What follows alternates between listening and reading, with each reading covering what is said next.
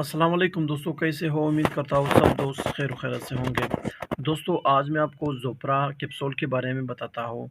ज़ोप्रा capsule 20 mg के ज़ोप्रा capsule किस लिए इस्तेमाल किया जाता है, इस्तेमाल करने का तरीका क्या है, यूजेस क्या है, बेनिफिट्स क्या है, डोज क्या है और साइड इफ़ेक्ट क्या है।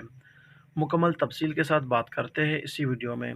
उससे पहले दोस्तों, अगर आप हमारे इस चैनल पर नए हो तो मेहरबानी करके मेरे इस चैनल इन्फॉर्मेशन ऑफ मेडिसिन को सब्सक्राइब करो और साथ ही मौजूद बेल की आइकॉन पर क्लिक करो ताकि हर नए आने वाले वीडियो की नोटिफिकेशन आप पहले ही हासिल कर सको। दोस्तों, ये ज़ोप्रा 20 mg कैप्सूल है। इसका फार्मूला है ओमिफ्राजोल। ये मिडसोर कंपनी का प्रोडक्ट है जो कि बहुत ही बेहतरीन कंपनी है। दोस्तों, ज़ोप्रा कैप्सूल यानी कि ओमिफ्राजोल मैदे के लिए इस्तेमाल किया जाता है।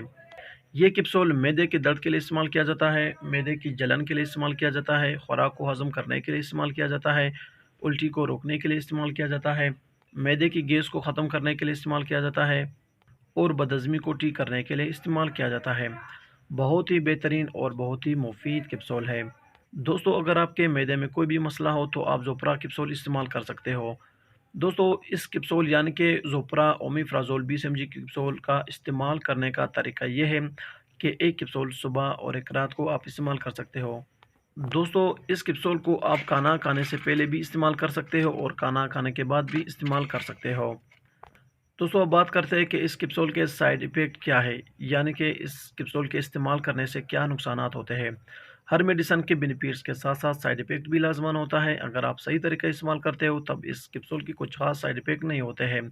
बहुत ही मुफ़ीद और बहुत ही सेफ़ मेडिसिन है।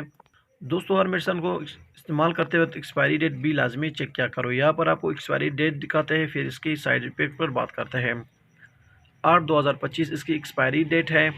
दोस्तों, अगर ज़ोप्रा कैप्सूल के साइड इफ़ेक्ट भी हो जाए, पहले तो इसके साइड इफ़ेक्ट बिल्कुल ना होने के बराबर है। अगर इसके साइड इफ़ेक्ट भी हो जाए तो इसके साइड इफ़ेक्ट में उल्टी आ सकती है, सर चकरा सकता है और मैदे में दर्द हो जाता है और कभी-कभार दस्त भी लग जाते हैं। ये थी दोस्तों ज़ोप्रा 20 mg यानी कि ओमेप्राज़ोल कैप्सूल के बारे में कुछ तफ़सील। उम्मीद करता हूँ कि आपको ये वीडियो पसंद आई हो। अगर वीडियो पसंद हो तो वीडियो को लाइक, शेयर और कमेंट करो और मेरे इस चैनल इन्फॉर्मेशन ऑफ मेडिसिन को ज़रूर सब्सक्राइब करो। मिलते हैं नेक्स्ट वीडियो में, तब तक के लिए इजाज़त हो। अल्लाह हाफ़िज़।